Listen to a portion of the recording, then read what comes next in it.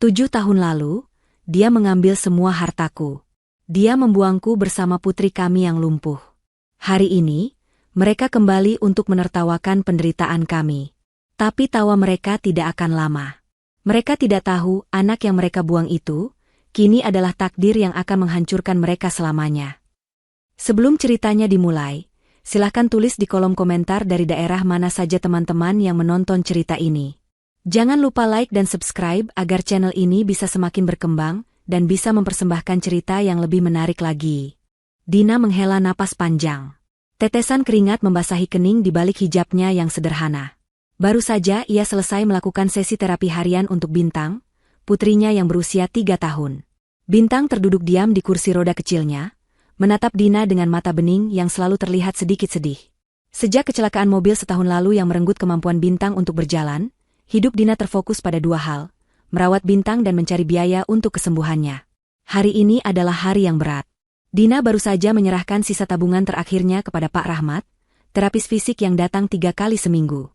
Rp100.000 terakhir di dompetnya berpindah tangan, ditukar dengan harapan tipis bahwa otot-otot di kaki Bintang suatu hari nanti akan merespons. "Bintang lapar? Ibu buatkan bubur." "Ya," ujar Dina lembut, sambil mengelap kaki mungil putrinya. Bintang hanya mengangguk pelan. Dina bangkit, merasakan sendi lututnya berbunyi protes. Ia lelah, teramat lelah. Ia melihat ke arah dapur. Beras tersisa sedikit, cukup untuk bubur Bintang, tapi mungkin tidak cukup untuknya makan malam nanti. Ia berharap suaminya, Andro, segera pulang. Andro bilang proyeknya di luar kota akan segera selesai, dan ia akan membawa uang banyak. Dina sudah tidak sabar.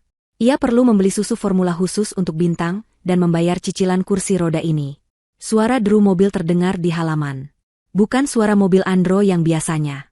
Mobil ini terdengar lebih baru dan lebih halus. Dina mengintip dari jendela. Sebuah mobil sedan hitam mengkilap berhenti tepat di depan teras rumah mungil mereka. Jantung Dina berdebar. Apakah Andro berhasil? Apakah ia membeli mobil baru? Pintu mobil terbuka. Andro keluar dari kursi pengemudi. Ia tampak berbeda. Kemeja batiknya yang lusuh digantikan kemeja sutra mahal. Rambutnya disisir rapi berkilau. Tapi bukan itu yang membuat Dina terpaku. Dari kursi penumpang, keluar seorang wanita. Wanita itu muda, cantik, dengan riasan tebal dan gaun merah menyala yang ketat. Wanita itu memandang rumah mereka dengan tatapan jijik. Dina segera meraih Bintang dan menggendongnya. Ia merasa ada yang tidak beres. "Mas?" sapa Dina ragu saat Andro dan wanita itu melangkah masuk tanpa permisi. Andro tidak menjawab. Ia bahkan tidak melihat ke arah Dina atau Bintang. Matanya sibuk menatap wanita di sebelahnya. "Bagaimana, sayang? Suka rumahnya?" "Yah, sebentar lagi ini jadi milik kita," kata Andro pada wanita itu. "Mas, apa maksudmu? Siapa dia?" Suara Dina bergetar. Wanita itu tertawa, suaranya melengking. "Kenalkan, aku Risma, calon nyonya Andro." Risma melangkah angkuh, menyentuh sofa usang mereka dengan ujung jarinya. "Mas, cepatlah. Aku tidak tahan bau pengap di sini. Aku mau segera pindah ke rumah baru kita." "Dina, kita selesai," kata Andro akhirnya. Datar, dingin, dan tanpa emosi. Dunia Dina seakan runtuh. "Selesai? Apa maksudmu, Mas? Kita punya Bintang." "Justru itu masalahnya," bentak Andro, wajahnya tiba-tiba berubah garang. Ia menunjuk Bintang dalam gendongan Dina. "Aku sudah muak. Aku muak hidup miskin, muak punya istri yang penampilannya kucel, dan aku muak mengurus anak cacat itu." Hati Dina seperti ditusuk ribuan jarum. "Dia anakmu, Mas, darah dagingmu." Risma kembali tertawa. "Anak cacat begitu dibilang anak? Mas Andro itu pria sukses. Dia pantas dapat yang lebih baik. Yang sempurna. Bukan istri kumal dan anak beban sepertimu." "Cukup," teriak Dina. "Belum cukup," kata Andro. Ia berjalan cepat ke kamar tidur. Dina mengikutinya dengan panik, masih menggendong Bintang. Andro membuka lemari, mengeluarkan sebuah koper besar yang Dina tidak tahu ia miliki. Andro mulai memasukkan semua barang berharga. Laptop lama mereka, perhiasan emas satu-satunya peninggalan ibu Dina, dan beberapa dokumen. "Mas, jangan." Dina mencoba menarik tangan Andro. Andro mendorongnya kasar.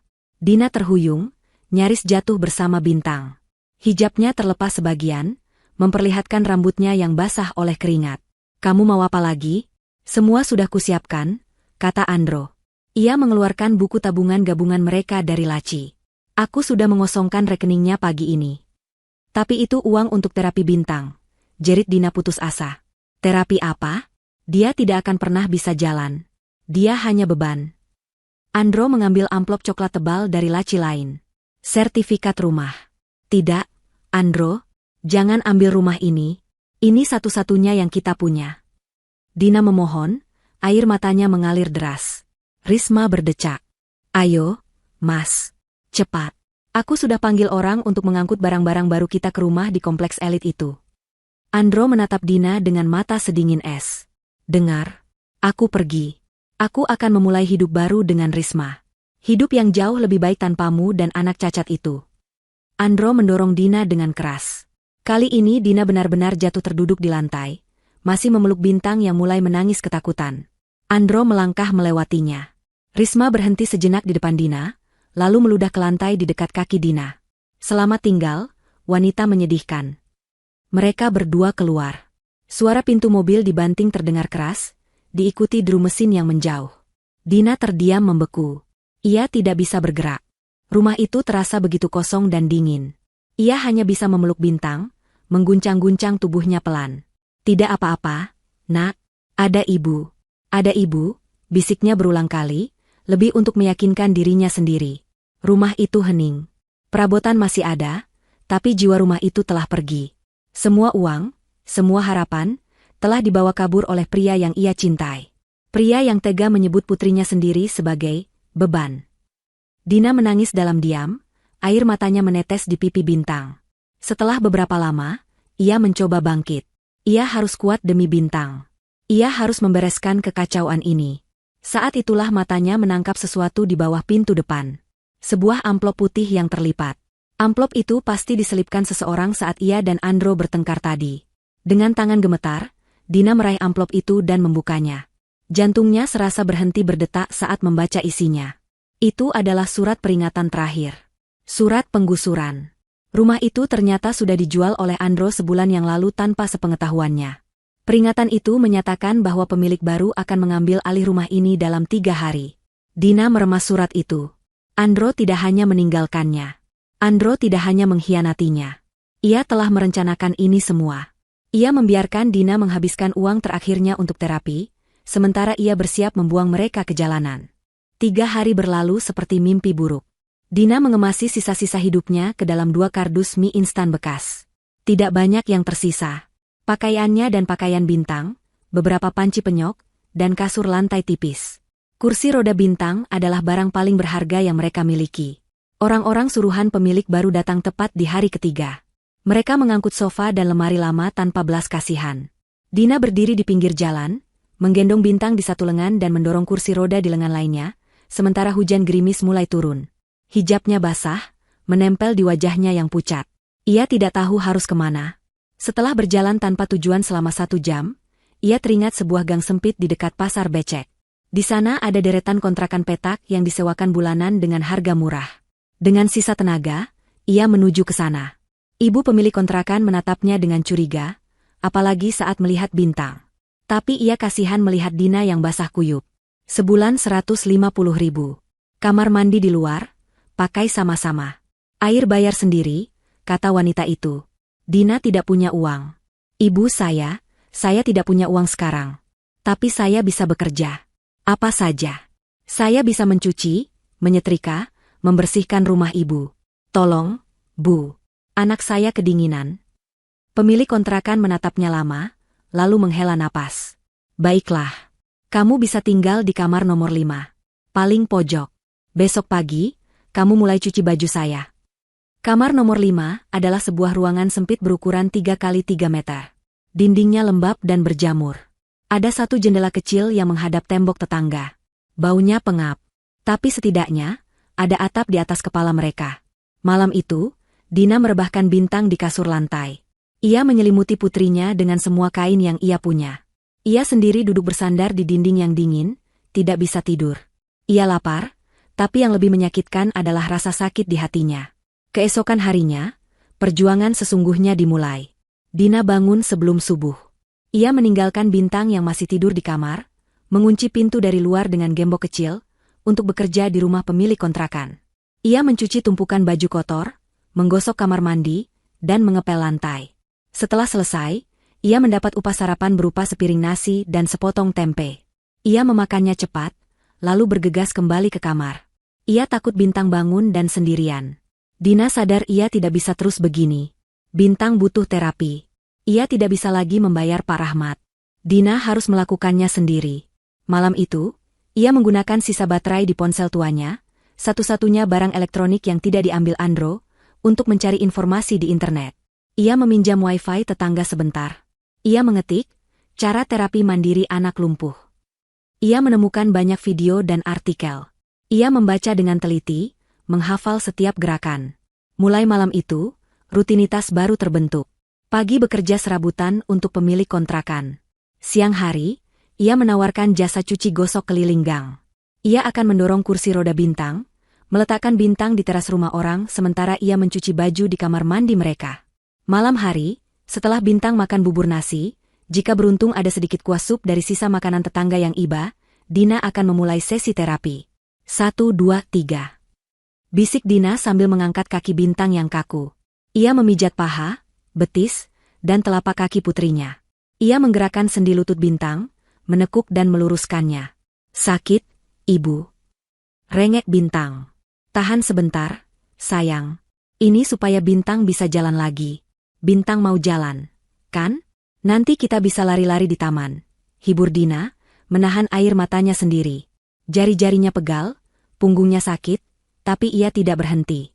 Ia melakukannya setiap malam, di bawah cahaya lampu 5 watt yang redup, diiringi suara nyamuk dan tikus yang berlarian di luar kamar mereka. Bulan-bulan berlalu. Hidup adalah perjuangan dari satu upah ke upah berikutnya. Cemoohan tetangga sudah jadi makanan sehari-hari. Punya anak cacat kok dipamerin, kata seorang ibu saat Dina menitipkan Bintang di terasnya. Sudah miskin, bawa beban pula.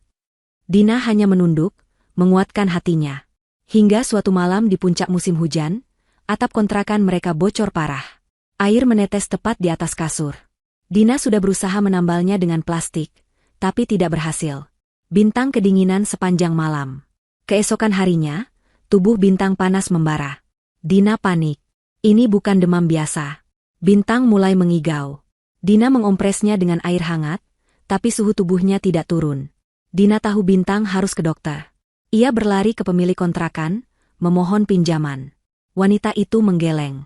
Kamu belum bayar uang sewa bulan ini. Dina berlari ke tetangga-tetangga yang biasa memakai jasanya. Semuanya menutup pintu. Dina putus asa. Ia kembali ke kamar. Bintang terlihat sangat lemah, napasnya tersengal-sengal. Ibu dingin. Lirih Bintang. Dina memeluk putrinya erat. Ia harus mendapatkan uang. Tapi bagaimana? Ia sudah tidak punya apa-apa lagi. Tiba-tiba ia teringat sesuatu. Sesuatu yang ia sembunyikan di dalam lipatan mukenanya. Satu-satunya peninggalan almarhumah ibunya. Sebuah bros emas kecil berbentuk bunga melati. Andro tidak menemukannya saat ia menggeledah kamar mereka. Dina mengambil bros itu. Tangannya gemetar. Ini adalah kenangan terakhirnya bersama sang ibu. Tapi nyawa Bintang lebih penting dari apapun. Tanpa pikir panjang, Dina menggendong Bintang di punggungnya, mengikatnya dengan kain jarik. Ia tidak peduli hujan deras di luar. Ia berlari menembus gang becek menuju jalan raya. Ia berlari ke toko emas kecil di ujung jalan. Pak, saya mau jual ini, kata Dina, napasnya terengah, sambil menyodorkan bros melati itu. Pemilik toko menimang-nimang bros itu. Ini emas tua. Saya beli 200.000, katanya. Pak, tolong anak saya sakit parah. Tambah sedikit lagi, Pak, pinta Dina, air mata bercampur air hujan di wajahnya. Pemilik toko menatap Bintang di punggung Dina. Ia menghela napas. Baik, 250.000. Itu harga terakhir. Dina menyambar uang itu. Terima kasih, Pak. Ia berlari lagi, kali ini menuju klinik 24 jam yang ada di seberang pasar. Ia tidak peduli tubuhnya basah kuyup. Ia hanya ingin Bintang selamat. Di klinik, dokter segera bertindak. Bintang diberi suntikan penurun panas dan antibiotik. Dokter bilang Bintang mengalami radang paru-paru ringan akibat kedinginan. Jika terlambat sedikit saja, akibatnya bisa fatal. Dina duduk di ruang tunggu yang dingin, memeluk Bintang yang sudah mulai tenang. Uang 250.000 itu habis untuk biaya dokter dan obat. Mereka kembali ke kontrakan setelah hujan reda. Bintang tertidur pulas di pelukan Dina. Dina merebahkannya perlahan di kasur yang sudah ia pindahkan ke sudut yang kering. Malam itu, Dina tidak tidur. Ia duduk memandangi wajah putrinya. Wajah yang disebut Andro sebagai beban. Wajah yang hampir saja ia kehilangan. Kemarahan yang selama ini ia pendam, yang terkubur oleh kesibukan mencari nafkah dan rasa sedih, kini bangkit ke permukaan. Kemarahan itu terasa dingin, tajam, dan memberinya kekuatan. Ia menatap cermin kecil yang retak di dinding. Ia melihat pantulan dirinya. Seorang wanita berhijab lusuh, mata yang sembab, dan wajah yang lelah. Tapi di dalam mata itu, ada api yang baru saja menyala. Bintang, bisiknya pelan, lebih kepada dirinya sendiri. Ibu bersumpah demi Allah. Ibu akan pastikan kamu berjalan. Ibu akan pastikan kamu mendapatkan hidup yang lebih baik dari ini. Dan mereka, ayahmu dan wanita jahat itu, ibu pastikan mereka akan membayar setiap tetes air mata kita. Mereka akan bersujud menyesal telah membuangmu, nak. Ibu janji. Sumpah yang diucapkan Dina di depan cermin retak malam itu, bukanlah sekadar pelampiasan emosi. Sumpah itu menjadi baja yang mengeraskan tulang punggungnya. Ketakutan hampir kehilangan Bintang karena radang paru-paru telah mengubah kesedihannya menjadi sebuah tekad yang dingin dan tak terpatahkan. Dina sadar, ia tidak bisa lagi hanya mengandalkan belas kasihan tetangga atau upah harian dari mencuci baju. Ia harus membangun sesuatu. Ia harus memiliki kendali atas hidupnya sendiri, demi Bintang. Perubahan itu dimulai dari hal kecil. Ibu pemilik kontrakan, yang meski galak tapi diam-diam iba, suatu hari mencicipi bekal makan siang Dina. Saat itu Dina memasak orek tempe kering sisa bahan semalam. Wanita itu terkejut. Dina, tempe kamu ini enak sekali. Bumbunya pas. Beda dari yang lain, pujinya. Sebuah ide terlintas di benak Dina. Ibu, kalau saya buatkan, apa ibu mau beli? Dari sanalah semuanya bermula. Dina menggunakan sisa uang terakhir dari penjualan bros ibunya, yang ia sisihkan sedikit setelah membeli obat, sebagai modal. Ia membeli tempe, cabai, dan bumbu dapur. Ia memasak 2 kilogram orek tempe kering, dan membungkusnya dalam kantong-kantong plastik kecil. Ia menitipkannya di warung-warung kelontong sekitar gang. Dalam 2 hari, semuanya laku. Uang itu ia putar lagi. Dari orek tempe, ia menambah menu, sambal teri kacang. Laku lagi. Hidupnya berubah menjadi rutinitas yang luar biasa melelahkan. Ia bangun jam 2 pagi, saat Bintang masih terlelap. Ia pergi ke pasar induk, membeli bahan makanan dengan sisa-sisa uang modalnya. Pukul 4 pagi, ia mulai memasak di dapur umum kontrakan yang sempit, berbagi tempat dengan penghuni lain. Pukul 7 pagi, ia mengantar pesanan, kini ia menerima pesanan nasi kotak kecil-kecilan, sambil mendorong kursi roda Bintang. Siang hari, ia kembali untuk menyiapkan bahan masakan esok hari. Malam hari, tidak peduli seberapa lelah tubuhnya, adalah waktu untuk Bintang. Sesi terapi yang ia pelajari dari internet kini menjadi ritual suci. Ayo, nak, luruskan. Bisik Dina, sambil memijat betis Bintang yang masih kaku. Bintang, yang kini berusia 4, lalu 5 tahun, mulai mengerti. Ia tidak lagi sering menangis saat terapi. Ia menggigit bibirnya, menahan sakit, berusaha mendorong tangan Dina. Sakit, ibu, keluhnya. Sakit itu tandanya otot Bintang bekerja. Bintang mau jalan, kan? Bintang mau lari kejar kupu-kupu, kan? Kata Dina, menyeka keringat di dahi putrinya. Dina tidak pernah menyerah. Ia memijat, meregangkan, dan melatih otot-otot itu. Ia mengajari Bintang merangkak. Meskipun Bintang hanya bisa menyeret tubuh bagian bawahnya. Ia membuat palang pegangan sederhana dari bambu bekas, melatih Bintang untuk berpegangan dan mencoba berdiri. Setiap kemajuan, sekecil apapun, mereka rayakan. Saat Bintang berhasil bergeser 1 senti sendirian, Dina akan memeluknya dan memberinya hadiah, sepotong biskuit. 3 tahun berlalu dalam sekejap mata. Bintang kini berusia 6 tahun. Perjuangan Dina telah membuahkan hasil nyata. Usaha catering kecil-kecilannya, yang ia beri nama, Catering Barokah Ibu Dina, mulai dikenal di lingkungan itu. Ia tidak lagi tinggal di kamar petak yang bocor. Ia berhasil menyewa sebuah kontrakan paviliun kecil, 2 ruangan dengan dapur dan kamar mandi sendiri. Sebuah kemewahan yang tak ternilai. Dina tidak lagi mencuci baju orang lain. Ia kini adalah seorang pengusaha catering, yang setiap hari melayani pesanan puluhan boks nasi untuk acara syukuran atau rapat kantor kelurahan. Perubahan terbesar ada pada Bintang. Berkat gizi yang lebih baik dan terapi yang tak kenal putus, Bintang tumbuh menjadi anak yang lebih ceria. Tubuhnya lebih berisi. Dan yang terpenting, ia tidak lagi hanya terbaring. Ia sudah bisa duduk tegak sendiri tanpa sandaran. Ia bisa merangkak dengan cepat menggunakan kekuatan tangannya. Ia bahkan bisa berdiri berpegangan pada dinding. Dina tahu keajaiban itu sudah dekat. Suatu sore, Dina sedang sibuk menyelesaikan pesanan besar untuk acara arisan. 50 boks kue basah. Ia harus cepat. Ojek online yang akan mengambil pesanan sudah dalam perjalanan. Bintang duduk di lantai, di atas karpet tipis, sibuk dengan mainan barunya, satu set krayon dan buku gambar. Dina membelikannya agar Bintang tidak bosan selagi ia bekerja.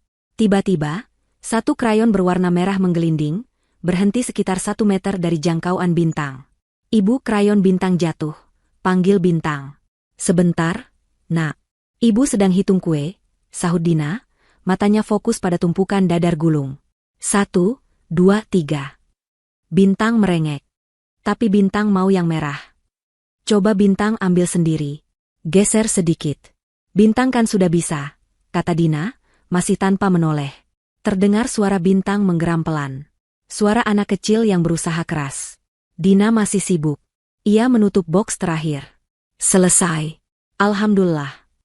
Dina berbalik, hendak mengambilkan krayon untuk Bintang. Tapi ia berhenti. Ia melihat pemandangan yang membuat napasnya tercekat. Bintang tidak merangkak. Ia tidak bergeser. Bintang, dengan wajah merah padam karena menahan usaha, sedang berusaha menggerakkan kakinya. Ia menatap kakinya sendiri dengan konsentrasi penuh. Dan Dina melihatnya. Jempol kaki kiri Bintang bergerak. Hanya sebuah kedutan kecil. Sekali. Lalu 2 kali. Dina menutup mulutnya. Air mata langsung menggenang. Jantungnya berdebar begitu kencang seolah akan meledak. Bintang, coba lagi, Nak, coba lagi, bisik Dina, suaranya bergetar. Bintang menatap ibunya, matanya berbinar. Ia kembali berkonsentrasi. Ia menggeram. Dan jempol itu bergerak lagi. Kali ini, bukan hanya jempolnya.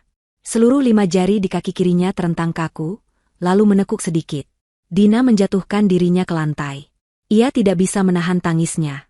Ia merangkak cepat ke arah Bintang dan memeluk putrinya erat-erat. Ia menangis sesenggukan di bahu Bintang. Ini bukan tangisan kesedihan. Ini adalah tangisan kemenangan. Ibu kenapa nangis? Tanya Bintang bingung. Dina melepaskan pelukannya. Ia menangkup wajah Bintang. Kamu berhasil, sayang. Kamu berhasil. Bintang tersenyum lebar, senyum pertama yang benar-benar murni tanpa beban yang Dina lihat dalam 3 tahun. Ibu, lihat, seru Bintang. Ia menatap kakinya lagi dan menggerakkan jari-jarinya. Ibu, bisik Bintang dengan mata bersinar. Aku bisa merasakannya. Kakiku, aku bisa merasakannya, Ibu. Harapan yang dulu hanya setitik api di tengah badai, kini menyala menjadi obor yang benderang. Malam itu, Dina tidak hanya melakukan terapi. Malam itu, ia dan Bintang merayakan keajaiban pertama mereka. 4 tahun berikutnya adalah tahun-tahun percepatan. Keajaiban kecil di jari kaki Bintang adalah gerbang yang membuka ribuan kemungkinan. Dina menggunakan seluruh keuntungan dari usaha cateringnya, yang kini semakin maju, untuk satu hal, kesembuhan Bintang. Ia tidak lagi mengandalkan ilmunya dari internet.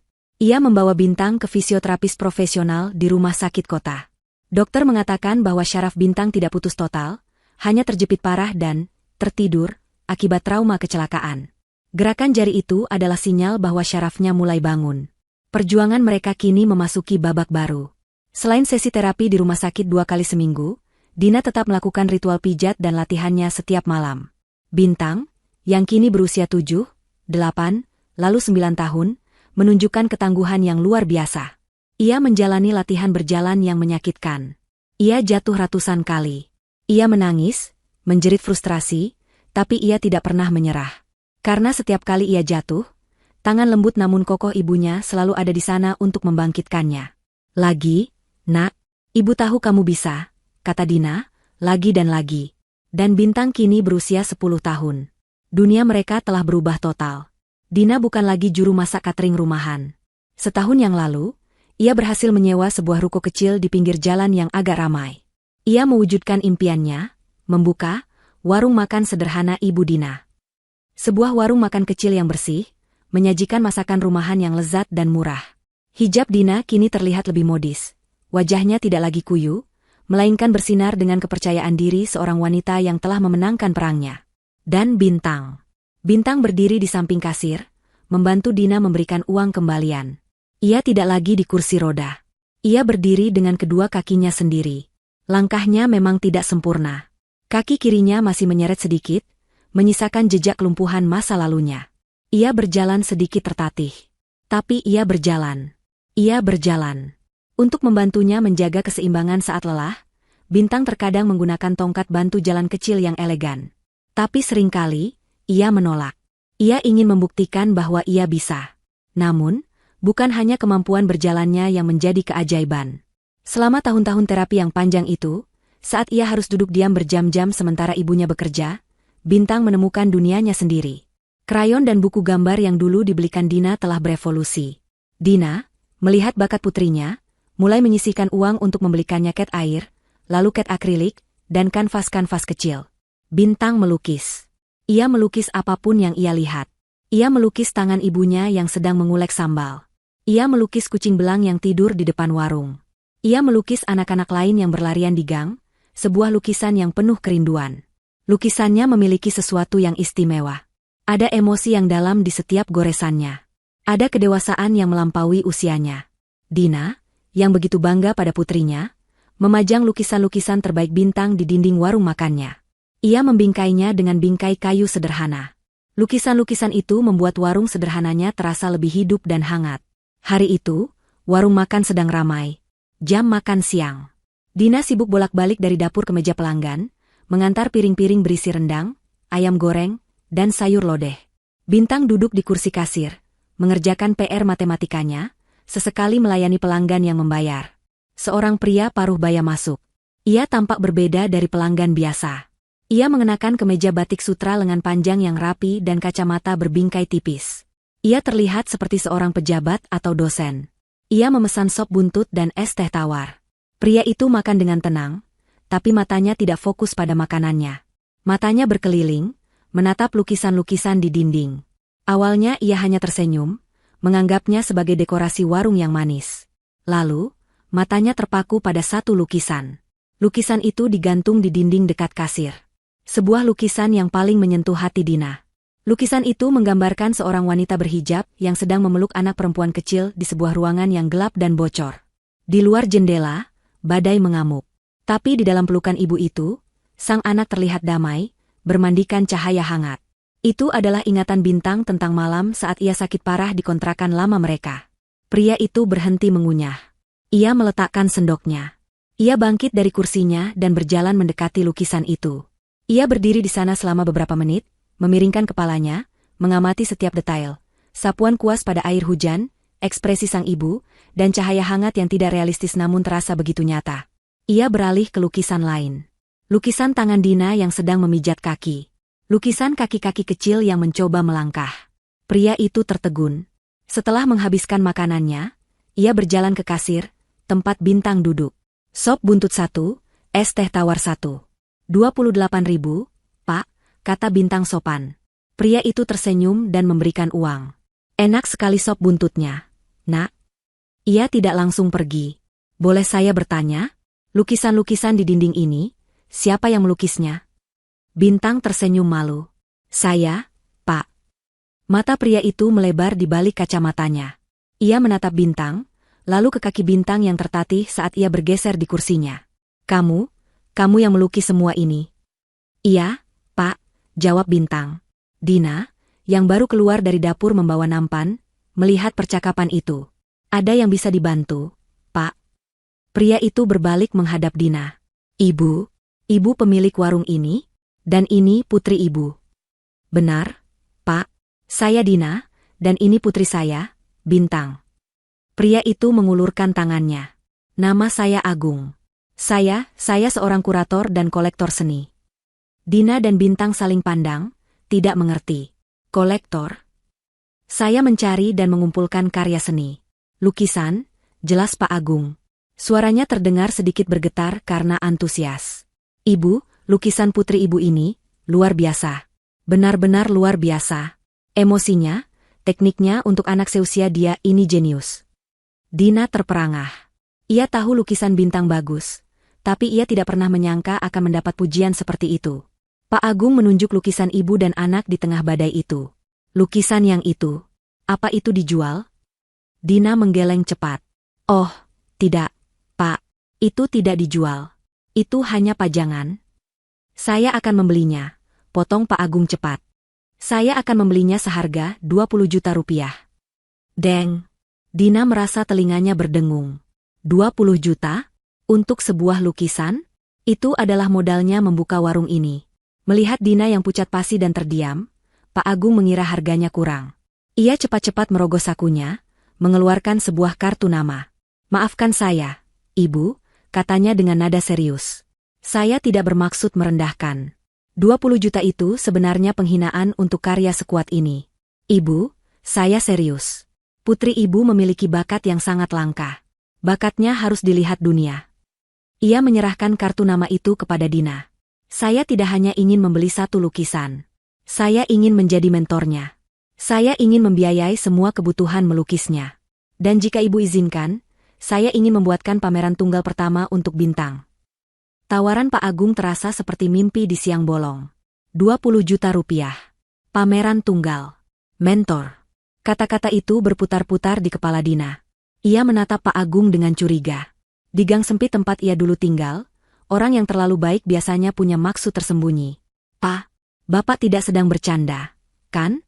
Kami ini hanya penjual nasi, ujar Dina, suaranya pelan. Pak Agung tersenyum tulus. Ibu Dina, Bapak tidak mengenal status sosial. Saya sudah puluhan tahun di dunia seni, mata saya terlatih. Putri ibu ini, Bintang, dia istimewa. Saya tidak bercanda. Saya serius ingin membantu. Dina menatap Bintang.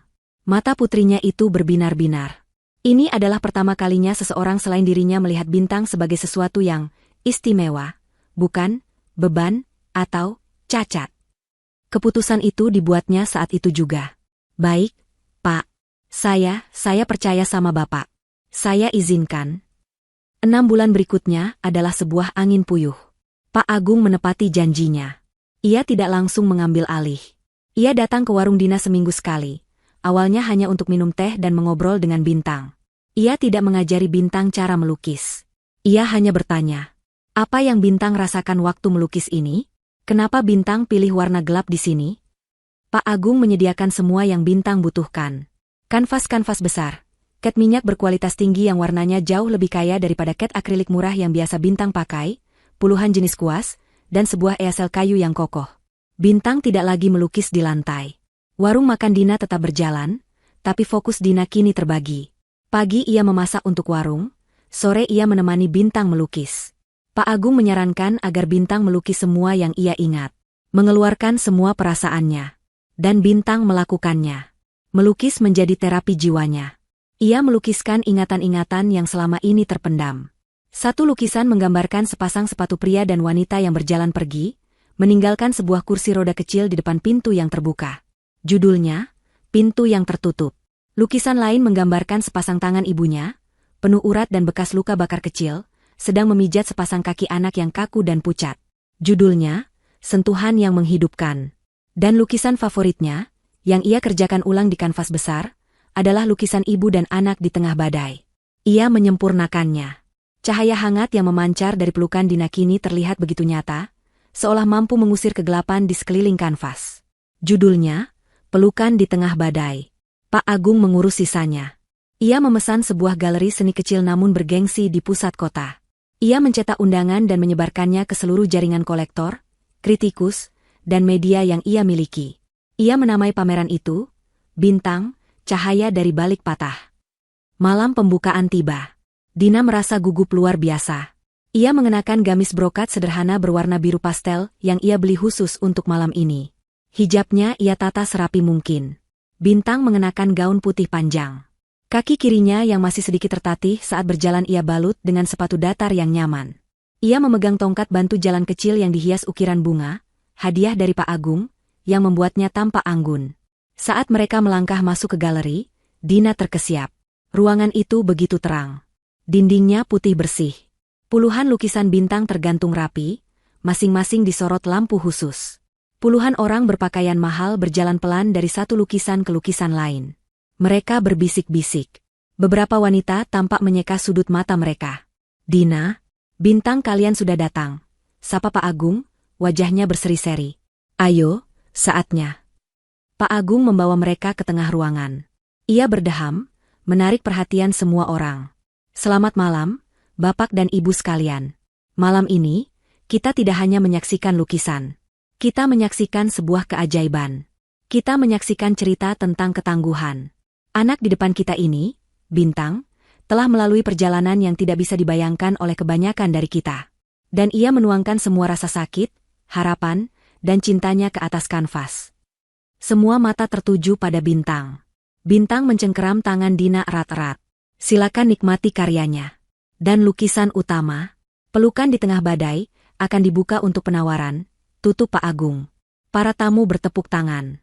Banyak yang menghampiri Bintang dan Dina. "Lukisanmu menyentuh sekali, Nak," kata seorang ibu sosialita. "Ibu pasti sangat bangga," katanya pada Dina. Dina hanya bisa mengangguk, tenggorokannya tercekat oleh haru. Lalu, klimaks malam itu tiba. Lukisan Pelukan di Tengah Badai menjadi pusat perhatian. Seorang kolektor kaya langsung menawarnya dengan harga 100 juta rupiah. Ruangan menjadi hening. Seorang wanita lain yang sejak tadi menangis di depan lukisan itu mengangkat tangannya. 150 juta. 200 juta, sahut pria pertama. Dina memegang dadanya. 200 juta. Angka itu tidak terbayangkan. Wanita tadi menggeleng, terlihat kecewa. Pak Agung baru saja akan menutup penawaran, ketika sebuah suara tenang datang dari belakang. 300 juta. Semua orang menoleh. Seorang wanita parubaya yang tampak sederhana namun berwibawa melangkah maju. "Lukisan itu mengingatkan saya pada perjuangan saya sendiri membesarkan putra saya. Saya harus memilikinya." Palu diketuk. 300 juta rupiah. Terjual. Dina tidak bisa menahan tangisnya lagi. Ia menangis haru, memeluk Bintang erat-erat. Uang itu bukan hanya angka. Itu adalah bukti. Bukti bahwa penderitaan mereka, air mata mereka, keringat mereka semuanya berharga. Tiba-tiba, kerumunan wartawan yang sejak tadi menanti, segera mengerubungi mereka. Lampu kamera menyala-nyala. Mikrofon disodorkan ke depan wajah Bintang. "Bintang, Bintang, bagaimana perasaanmu? Siapa yang mengajarimu melukis seperti ini? Bintang, siapa inspirasi terbesarmu di balik semua lukisan ini?" tanya seorang reporter wanita dengan antusias. Bintang, yang tidak terbiasa dengan semua perhatian itu, tampak bingung. Ia terdiam sejenak, menatap semua kamera. Lalu, ia berbalik. Ia tidak menjawab reporter itu. Ia melepaskan genggaman tongkatnya, dan dengan langkahnya yang sedikit tertatih namun mantap, ia memeluk Dina di depan semua orang. Bintang mengambil mikrofon dari tangan reporter itu. Suaranya terdengar jelas di seluruh ruangan. "Inspirasi saya adalah wanita ini. Wanita yang tidak pernah menyerah saat seluruh dunia meninggalkanku. Wanita yang mengorbankan segalanya agar aku bisa berdiri hari ini. Ibuku." Lampu kamera meletus. Semua orang bertepuk tangan, banyak yang ikut terharu. Dina memeluk putrinya, mencium puncak kepala Bintang. Malam ini, mereka adalah pemenang. Berita tentang sang pelukis ajaib dan ibunya yang tangguh menyebar dengan cepat. Kisah Bintang dan Dina dimuat di beberapa surat kabar lokal dan portal berita online. Pameran itu sukses besar. Semua lukisan Bintang laku terjual malam itu juga. Kehidupan mereka berubah drastis. Dina menggunakan uang itu dengan bijak. Hal pertama yang ia lakukan adalah membeli sebuah rumah kecil yang layak di kompleks perumahan yang asri dan tenang. Tidak besar, tapi punya halaman kecil tempat Bintang bisa melukis di udara terbuka. Ia juga merenovasi warung makannya, membuatnya lebih besar dan nyaman, lalu merekrut 3 orang karyawan untuk membantunya memasak dan melayani. Ia tidak lagi harus bangun jam 2 pagi. Hal terpenting, ia mendaftarkan Bintang ke fasilitas fisioterapi terbaik di kota itu. Terapi intensif dengan peralatan modern membuat kemajuan Bintang semakin pesat. Langkahnya semakin stabil, meski dokter berkata ia mungkin akan selalu memiliki sedikit pincang sebagai pengingat masa lalunya. Bintang juga mulai bersekolah di sekolah seni swasta yang bagus. Dina akhirnya bisa bernapas. Ia bisa menikmati secangkir teh di sore hari, sambil melihat bintang melukis di taman. Ia melihat putrinya tertawa. Beban yang selama 7 tahun menghimpit dadanya akhirnya terangkat. Ia bahagia. Di sudut lain kota itu, di sebuah rumah kontrakan yang berantakan, sepasang mata menatap layar ponsel dengan penuh kedengkian. Kurang ajar. Beraninya dia, desis Risma. Di layar ponselnya, terpampang artikel berjudul, Perjuangan Ibu dan Anak, dari kursi roda menjadi bintang galeri. Ada foto Dina yang tersenyum anggun di samping bintang, dikelilingi orang-orang kaya. Ada apa sih, Riz? Kamu teriak-teriak terus. Aku lagi pusing. Suara Andro terdengar dari kamar. Ia keluar sambil menggaruk dadanya. Penampilannya jauh dari pria sukses yang meninggalkan Dina 7 tahun lalu. Rambutnya berminyak, ia hanya memakai kaos singlet yang sudah kotor. Pusing? Kamu harus lihat ini. Risma menyodorkan ponsel itu ke wajah Andro. Mata Andro membelalak. Ia membaca artikel itu. Ia melihat foto Dina. Wanita yang ia tinggalkan karena kumal, kini tampak bersih dan terhormat. Lalu ia melihat bintang. Anak yang ia sebut cacat dan beban, itu kini berdiri tegak. Di bawah foto, ada keterangan tentang lukisan yang terjual ratusan juta. 300 juta. Andro tergagap. Hidup Andro dan Risma berbanding terbalik dengan Dina. Uang yang dicuri Andro dari Dina habis dalam setahun pertama. Ia mencoba membuka sebuah kafe mewah untuk menyaingi teman-temannya, tapi ia tidak tahu cara mengelolanya. Kafe itu bangkrut, menyisakan tumpukan utang. Risma, yang terbiasa hidup foya-foya, terus menuntut. Mereka sering bertengkar. Mobil mewah yang dulu mereka pakai sudah lama ditarik diler. Mereka kini hidup dari sisa-sisa uang pinjaman, dikejar debt collector setiap hari. Mas, itu uang kita, seru Risma histeris. Bintang itu anakmu, kan? Berarti lukisan itu, uang itu, setengahnya milikmu. Milik kita. Keserakahan langsung menyala di mata Andro. Ia sudah lupa pernah menyebut bintang sebagai beban. Yang ia lihat sekarang adalah angka ratusan juta. Kamu benar, Riz, kata Andro, senyum licik mulai terbentuk di wajahnya. Dia masih anakku. Dia berutang hidup padaku. Dina, pasti dia mencuci otak anak itu. Kita harus temui mereka, kata Risma. Kita harus minta bagian kita. Anak perempuan kita, Lani, juga butuh biaya sekolah, kan?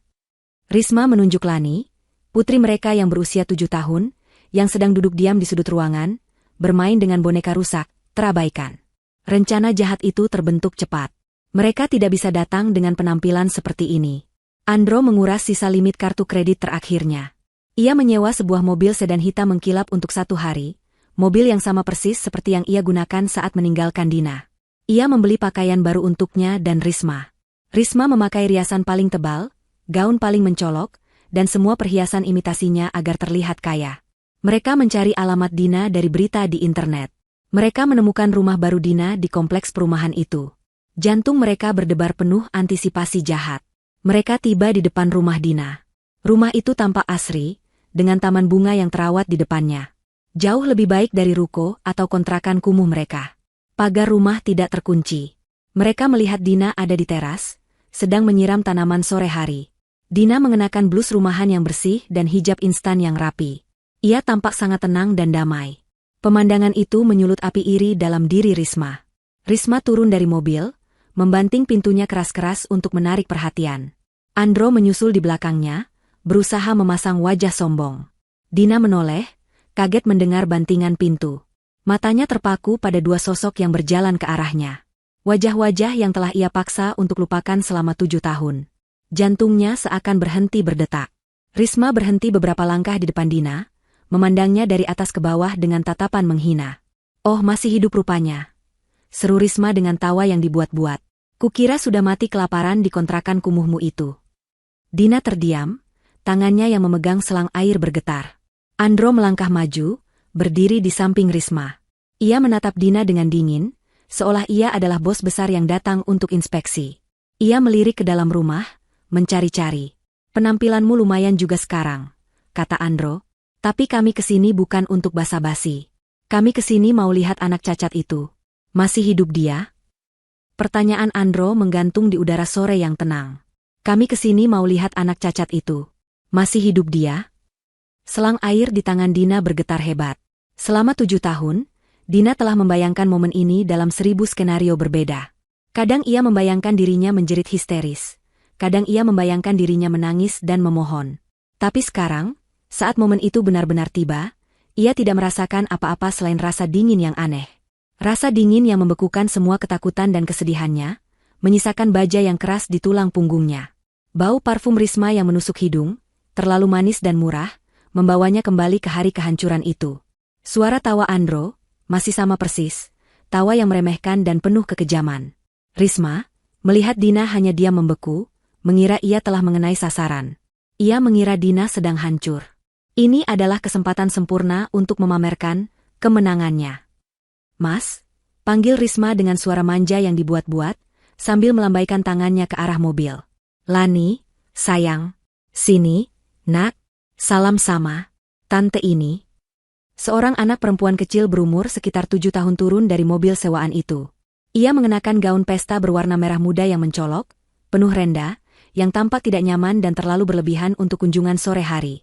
Rambutnya diikat 2 dengan pita besar. Anak itu, Lani, tampak bingung dan sedikit takut. Ia berjalan pelan, bersembunyi di balik kaki Andro. Risma menarik Lani ke depan dengan sedikit kasar. Ia membelai rambut Lani, tatapan matanya menusuk lurus ke arah Dina. Lihat, Dina, kata Risma, suaranya sengaja dikeraskan agar terdengar oleh tetangga. Ini Lani, putriku, putri kami. Ia menekankan kata, kami. Lihat dia. Sempurna, kan? Cantik, sehat, kulitnya bersih. Dan yang paling penting, Risma mencondongkan tubuhnya ke depan, berbisik dengan jahat, dia normal. Kakinya 2, bisa lari, bisa loncat. Tidak seperti anakmu yang menyedihkan itu. Dina menatap Lani. Di balik gaun mewah yang norak itu, Dina melihat seorang anak yang kurus dan ketakutan. Mata Lani tidak berbinar seperti mata bintang.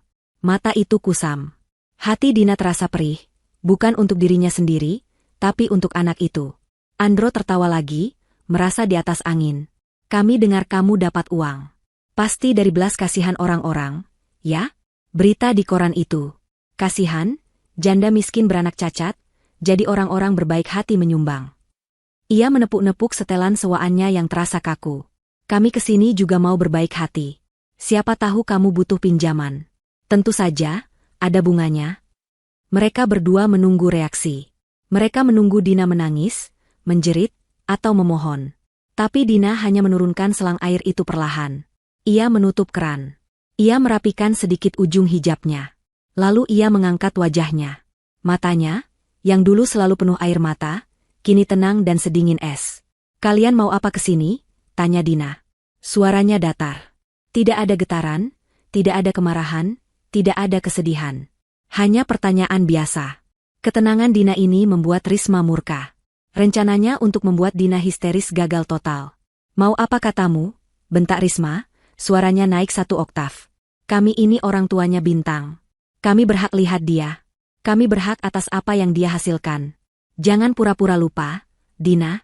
Tanpa Andro, anak cacat itu tidak akan pernah ada. Andro mengangguk setuju.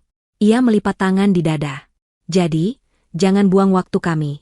Di mana dia? Aku tanya sekali lagi, gimana kabar anak cacat itu? Andro tertawa terbahak-bahak, tawa yang paling menyakitkan yang pernah Dina dengar. Masih pakai popok? Masih ngiler di kursi roda? Ayo, keluarkan dia. Biar Lani lihat, betapa beruntungnya dia punya orang tua seperti kami, bukan seperti kamu. Ini adalah puncak penghinaan. Ini adalah kata-kata yang telah membakar jiwa Dina selama 7 tahun. Risma, yang sudah tidak sabar, kehilangan kendali. Ia tidak tahan melihat Dina yang begitu tenang di depan rumahnya yang asri, sementara ia harus hidup di kontrakan bau yang dikejar penagih utang. Ah, kelamaan, seru Risma.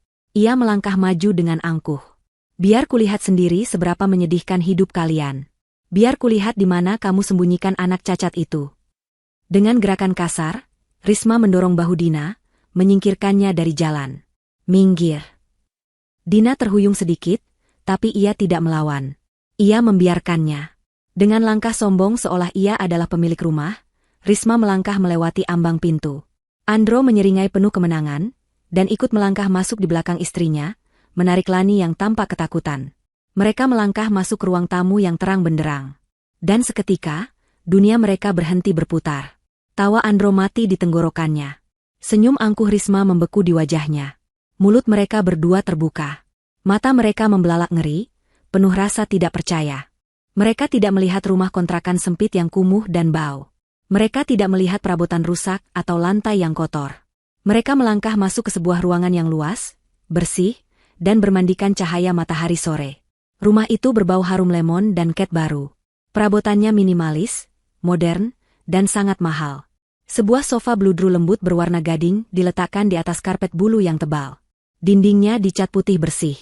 Tapi bukan perabotan itu yang membuat napas Andro dan Risma tercekat.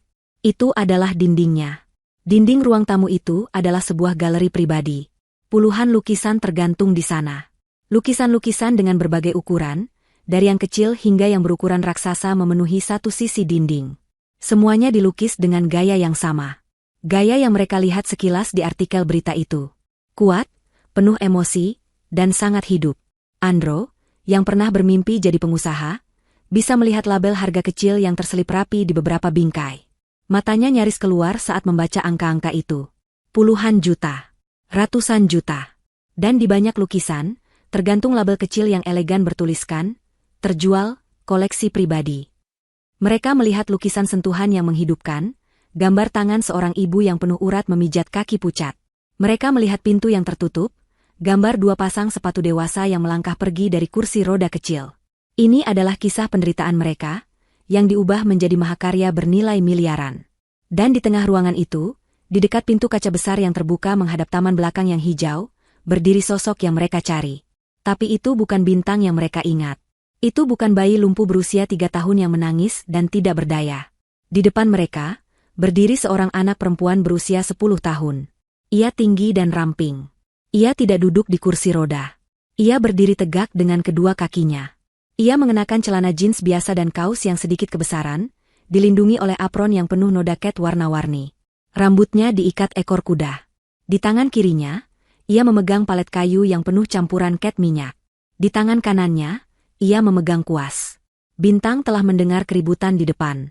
Ia mendengar suara tawa yang asing dan suara ibunya yang tenang. Ia berjalan dari taman tempat ia melukis untuk melihat siapa yang datang. Ia berhenti saat melihat dua orang asing itu. Matanya, yang persis seperti mata Dina, menatap Andro dan Risma. Ia tidak menangis. Ia tidak takut. Ia menatap mereka dengan tatapan dingin, tajam, dan penuh penilaian. Ia tahu siapa mereka. Ibunya telah menceritakan segalanya, mempersiapkannya untuk hari ini. Wajah Risma pucat pasi. Lipstik merahnya yang menyala kini terlihat konyol di wajahnya yang ketakutan. Gaun mewahnya tiba-tiba terlihat seperti kain lap murahan dibandingkan dengan apron penuh cat milik Bintang. Tidak. Bisik Risma. Tangannya yang gemetar terangkat menutup mulutnya yang menganga. Tidak mungkin. Ini pasti mimpi. Andro mundur selangkah, menabrak kusen pintu. Kakinya lemas. Keringat dingin membanjiri kemeja sutra sewaannya. Pria yang baru saja tertawa terbahak-bahak itu kini tergagap. Itu bukan dia. Dina, siapa anak ini? Di mana Bintang? Teriak Andro panik, menolak menerima kenyataan. Lalu, matanya terpaku pada kaki Bintang. Kaki yang seharusnya lumpuh. Kaki yang kini berdiri kokoh di atas lantai marmer. Andro mengangkat jari telunjuknya yang gemetar, menunjuk ke arah Bintang. Suaranya pecah, penuh kengerian dan penyesalan yang tak terhingga. Kamu bisa jalan? Bintang memiringkan kepalanya sedikit. Ia melihat ayahnya yang gemetaran. Ia melihat wanita yang telah menghina ibunya. Lalu ia melirik Lani, anak perempuan ketakutan yang bersembunyi di belakang gaun Risma. Bintang mengalihkan pandangannya kembali ke Andro. Ia tidak menjawab pertanyaan itu. Ia hanya mengajukan pertanyaan baliknya. Suaranya tenang, jernih, dan menusuk jauh ke dalam jiwa Andro dan Risma. Kenapa? Tanyanya. Kaget? Dina melangkah maju dari teras. Ia tidak lagi terlihat tegang. Ia berjalan dengan tenang, berdiri di samping Bintang, dan meletakkan tangan pelindung di bahu putrinya. Dari posisinya yang baru, Dina kini menatap rendah pada dua sosok yang membeku di ambang pintunya. Senyum tipis, senyum pertama hari itu, tersungging di bibir Dina. Senyum yang dingin dan penuh kemenangan. Selamat datang kembali, Andro, Risma, ujar Dina. Suaranya terdengar jelas di ruangan yang hening itu. Silakan masuk. Jangan berdiri di pintu. Masuk, dan lihatlah lebih dekat, beban, yang sudah kalian buang 7 tahun yang lalu. Keheningan di ruang tamu itu terasa pekat, hanya terganggu oleh napas Andro yang tersengal-sengal dan suara Risma yang tergagap. Dua sosok yang datang dengan kesombongan itu, kini berdiri membeku seperti patung garam, hancur lebur oleh kenyataan yang menghantam mereka. Andro adalah yang pertama hancur. Kakinya tidak lagi sanggup menopang tubuhnya. Ia tersandung sofanya sendiri, atau lebih tepatnya, sofa sewaan yang ia pakai, dan jatuh berlutut di depan pintu. Matanya bergerak liar. Dari bintang yang berdiri tegak, ke lukisan-lukisan di dinding, lalu ke label, terjual. Pria itu mulai menangis. Bukan tangisan penyesalan yang tulus, melainkan tangisan seorang pecundang yang menyadari bahwa ia telah membuang tiket lotre yang memenangkan hadiah utama. Tidak mungkin. Isaknya. Ia merangkak maju beberapa langkah, tangannya terulur ke arah bintang. Bintang, anakku. Itu ayah, nak. Berbeda dengan Andro yang lumpuh karena penyesalan, syok yang dialami Risma dengan cepat berubah wujud. Ketakutan itu menguap, digantikan oleh bara keserakahan yang menyala-nyala. Matanya yang tadinya membelalak ngeri kini menyipit, menghitung dengan cepat. Lukisan, uang, rumah, mobil. Ia tidak peduli bintang bisa berjalan. Ia hanya peduli bahwa anak lumpuh yang ia hina itu kini adalah mesin pencetak uang. Mas, desis Risma, menyikut Andro yang masih menangis di lantai. Bodoh. Jangan menangis. Sadar, Mas, ini semua ini uang. Risma bangkit. Ia merapikan gaunnya yang mencolok, mencoba mengembalikan sikap angkuhnya. Ia mengabaikan Andro. Ia berjalan mendekati bintang, senyum palsu yang mengerikan terpasang di wajahnya yang penuh riasan tebal. Bintang, sayang. Suaranya dibuat semanis mungkin. Kamu ingat tante, kan? Tante Risma, tante yang dulu pernah ke rumahmu. Bintang mundur selangkah, bersembunyi di balik Dina. Tatapannya tetap dingin. Wah, lukisanmu bagus sekali, nak. Pintar, ya. Risma mengulurkan tangannya, hendak menyentuh sebuah kanvas besar yang menggambarkan tangan Dina sedang memijat. Jangan sentuh. Suara Dina begitu pelan, namun terdengar seperti cambuk di ruangan itu. Risma menarik tangannya seolah tersengat listrik. Lukisan itu sudah laku, lanjut Dina, suaranya tetap tenang dan datar. Dan tanganmu terlalu kotor untuk menyentuh cerita hidup kami. Beraninya kamu, pekik Risma, wajah palsunya langsung luntur. Kamu sombong sekali sekarang, ya, Dina? Kamu lupa siapa yang bikin anak itu? Hah? Kalau bukan Mas Andro? Tepat saat konfrontasi itu akan memanas, bel pintu berbunyi. Dina, yang jelas sudah menduga kedatangan tamu ini, berbalik dengan tenang. Masuk saja, Pak. Tidak dikunci, panggilnya. Pintu terbuka. Pak Agung melangkah masuk, diikuti oleh seorang wanita yang membawa buku catatan dan seorang pria yang membawa kamera video profesional. Ah, Dina, Bintang, maaf kami sedikit terlambat. Jalanan macet, kata Pak Agung. Ia berhenti ketika melihat 3 sosok tak diundang di ruang tamu. Ia melihat Andro yang menangis di lantai, Risma yang memasang wajah marah, dan Lani yang bersembunyi ketakutan. Maaf, apa kami mengganggu? Wanita reporter itu langsung mengenali situasinya. Dram. Ini adalah bahan berita yang jauh lebih baik daripada sekadar wawancara biasa. Si juru kamera, tanpa diperintah, langsung mengangkat kameranya dan menekan tombol rekam. Lampu merah kecil di kamera itu menyala. Melihat orang-orang baru, melihat kamera, sesuatu dalam otak Andro terputus. Ini adalah panggungnya. Ini adalah kesempatan terakhirnya. Ia tidak lagi melihat logika. Ia hanya melihat satu kesempatan untuk merebut kembali apa yang telah ia buang. Dengan raungan yang lebih mirip suara binatang terluka, Andro melompat maju. Bukan ke arah Dina. Bukan ke arah Risma. Ia melompat dan bersujud di kaki Bintang. Ia memeluk kedua kaki Bintang. Kaki yang dulu ia sebut cacat. Kaki yang kini berdiri kokoh. Bintang. Anakku. Maafkan ayah, teriak Andro histeris. Air mata dan ingus membasahi wajahnya. Ia menatap Bintang dengan tatapan memohon yang menjijikan. Ini ayah, nak. Ayah kembali untukmu. Ayah tidak bermaksud meninggalkanmu. Ayah khilaf, nak. Ayah dibutakan oleh cinta. Juru kamera itu memperbesar bidikannya. Ini adalah momen emas. Bintang, Yang merasa jijik kakinya dipeluk oleh pria asing yang menangis ini, berusaha menarik kakinya. Lepas, serunya. Ayah tidak akan melepasmu lagi, nak. Ayah akan menjagamu sekarang. Ayah akan tinggal di sini bersamamu dan ibumu. Kita akan jadi keluarga lagi, ratap Andro. Dina hanya menonton dengan wajah tanpa ekspresi. Ia membiarkan Bintang menangani ini sendiri. Bintang, dengan kekuatan yang tidak disangka-sangka, menarik kakinya dengan keras. Cengkeraman Andro terlepas, membuatnya jatuh terguling ke samping di lantai marmer. Bintang melangkah mundur, berdiri tegak di samping ibunya. Langkahnya yang sedikit tertatih saat ia bergerak cepat itu justru menunjukkan kekuatannya. Ia menatap Andro yang terkapar. Ibuku yang menjagaku, kata Bintang, suaranya jernih dan menusuk. Ibuku yang mengajariku berjalan. Ibuku yang ada saat aku sakit. Ibuku yang ada saat aku menangis. Kamu, Bintang menunjuk Andro, kamu bukan siapa-siapa. Penolakan itu lebih tajam dari pisau. Andro, yang ditolak mentah-mentah oleh putrinya di depan kamera, berubah panik. Reputasinya hancur. Ia harus mencari kambing hitam. Ia berguling, lalu menunjuk Risma yang berdiri membeku. Dia racunnya, teriak Andro kepada Pak Agung dan reporter. Dia yang meracuni pikiranku. Wanita iblis ini, dia yang memaksaku meninggalkan anak istriku. Dia yang bilang Bintang itu beban. Saya ini korban. Saya korban rayuannya. Tolong saya, Pak. Saya mau kembali ke keluarga saya. Mata Risma membelalak. Ia tidak percaya Andro mengkhianatinya secepat itu. Uang yang ia harapkan kini terancam lenyap, dan ia dijadikan satu-satunya penjahat. Kemarahannya meledak. Apa maksudmu, Mas? Apa? Enak saja kamu bicara, jerit Risma, suaranya melengking memekakan telinga. Kita sepakat. Kamu yang bilang kamu muak hidup miskin. Kamu yang bilang Dina istri kumal dan penampilannya memalukan.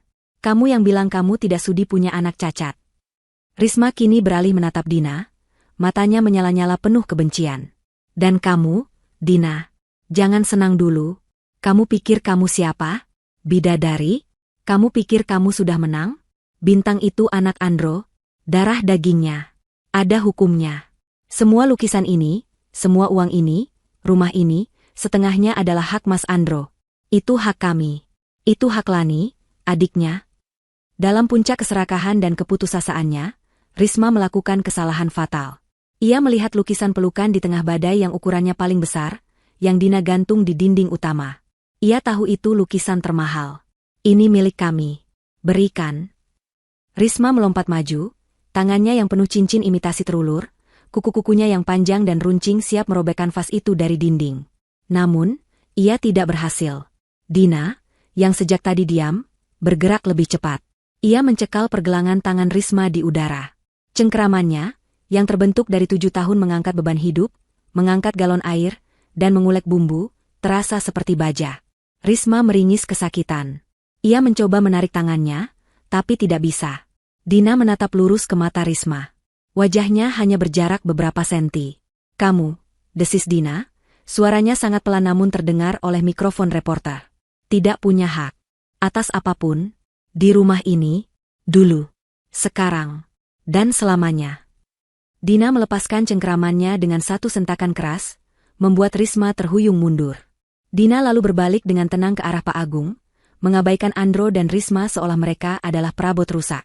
Pak Agung, kata Dina sopan, maaf merepotkan. Bisa tolong panggilkan keamanan kompleks? Sepertinya ada sampah yang lupa dibuang oleh petugas kebersihan pagi tadi. Perkataan Dina adalah perintah eksekusi. Pak Agung, yang wajahnya memerah karena marah melihat drama menjijikan itu, segera mengeluarkan ponselnya. Segera kirim 2 petugas ke blok C nomor 10. Ada penyusup yang membuat keributan. Andro dan Risma membeku. Keamanan? Penyusup? Dipermalukan di depan kamera, ditolak oleh Bintang, dan sekarang mereka akan diusir seperti penjahat. Ini adalah akhir dari segalanya. 2 orang satpam berbadan tegap tiba dalam 3 menit. Mereka sudah sering mendengar cerita kesuksesan Ibu Dina dan putrinya. Mereka tahu siapa pemilik rumah ini. Ada apa ini, Bu Dina? Tanya satpam itu dengan hormat. Tolong, Pak, kata Dina, suaranya kembali tenang. Bantu 2 orang ini menemukan jalan keluar. Mereka tersesat. Bukan, saya ayahnya. Ini rumah saya, teriak Andro, mencoba perlawanan terakhir. Satpam itu menatap Andro dari atas ke bawah. Rumah Bapak? Bapak tidak terlihat seperti pemilik rumah ini. Ayo, keluar. Andro dan Risma tidak punya pilihan. Mereka digiring paksa keluar. Andro terkulai lemas, penyesalannya kini berubah menjadi kekosongan yang hampa. Anakku, uangku. Ia meracau pelan. Risma, di sisi lain, masih berapi-api. Ia menyumpah serapah, memaki Dina sebagai wanita jahat, memaki Satpam, memaki dunia. Lani, yang sejak tadi terabaikan, ditarik paksa oleh Risma, menangis ketakutan. Mereka diseret keluar dari gerbang pagar, tepat ke jalanan kompleks yang sepi. Pak Agung, reporter, dan juru kamera mengikuti mereka. Menjaga jarak, tapi kamera itu tetap menyala. Beberapa tetangga, penasaran mendengar keributan, mulai keluar dari rumah mereka. Dan di sanalah, di jalanan itu, karma sesungguhnya sedang menunggu mereka. Sebuah mobil derek besar sedang menyelesaikan tugasnya. Mengaitkan kaitan baja ke roda depan mobil sedan hitam mengkilap sewaan mereka. Hei, apa-apaan ini? Itu mobil kami, teriak Risma panik. Seorang pria berpenampilan rapi keluar dari mobil derek, memegang sebuah tablet. Atas nama Tuan Andro, tanyanya datar. Saya dari perusahaan rental. Kartu kredit yang Anda gunakan untuk jaminan ditolak oleh bank. Sudah melampaui batas maksimum dan ada laporan gagal bayar. Sesuai prosedur, unit kami tarik kembali. Segera. Wajah Andro seputih kapas. Habis. Sisa batas kredit terakhirnya, satu-satunya penyambung hidupnya, telah habis. Mereka kini terdampar. Diusir, dipermalukan, dan tidak punya kendaraan untuk lari. Bagi Risma, ini adalah titik puncaknya. Pria yang ia bela. Pria yang ia pikir akan memberinya kekayaan. Pria yang membuatnya meninggalkan segalanya. Ternyata seorang pecundang, seorang pembohong, seorang yang bangkrut. Mobil itu mulai diangkat. Harapan terakhir mereka untuk melarikan diri dengan sedikit harga diri kini melayang di udara. Ini semua salahmu. Risma menjerit seperti orang gila. Ia melompat ke arah Andro, tidak lagi peduli pada tetangga, pada kamera, atau pada putrinya sendiri. Ia menyerang Andro. Ia menjambak rambut berminyak suaminya, mencakar-cakar wajah Andro dengan kuku imitasi merahnya. Pria tidak berguna. Penipu. Kamu bilang kita akan kaya. Kamu bilang kamu hebat. Lihat sekarang. Kita jadi tontonan. Kamu bangkrut. Kamu membuatku malu. Lepas, Ris, sakit. Andro, yang dipermalukan, mendorong Risma dengan keras. Kamu yang meracuniku. Kamu yang matre. Setiap hari minta uang. Kalau bukan karenamu, aku tidak akan pernah meninggalkan Dina dan Bintang. Aku bisa kaya sekarang. Kamu sumber masalahnya. Mereka bergulat dan bertengkar seperti dua anjing jalanan di tengah jalanan kompleks yang mewah. Saling memaki, saling menyalahkan. Lani, anak mereka, berdiri sendirian di trotoar. Ia menangis histeris. Boneka rusaknya, satu-satunya temannya, jatuh dari genggamannya dan menggelinding ke tengah jalan. Lani, dalam kepanikannya, berlari mengejar boneka itu. Bonekaku. Ia berlari ke tengah jalan, tidak melihat sebuah sepeda motor yang melaju dari tikungan. Lani. Jeritan itu datang dari teras rumah. Bukan dari Risma. Bukan dari Andro. Itu adalah suara Dina.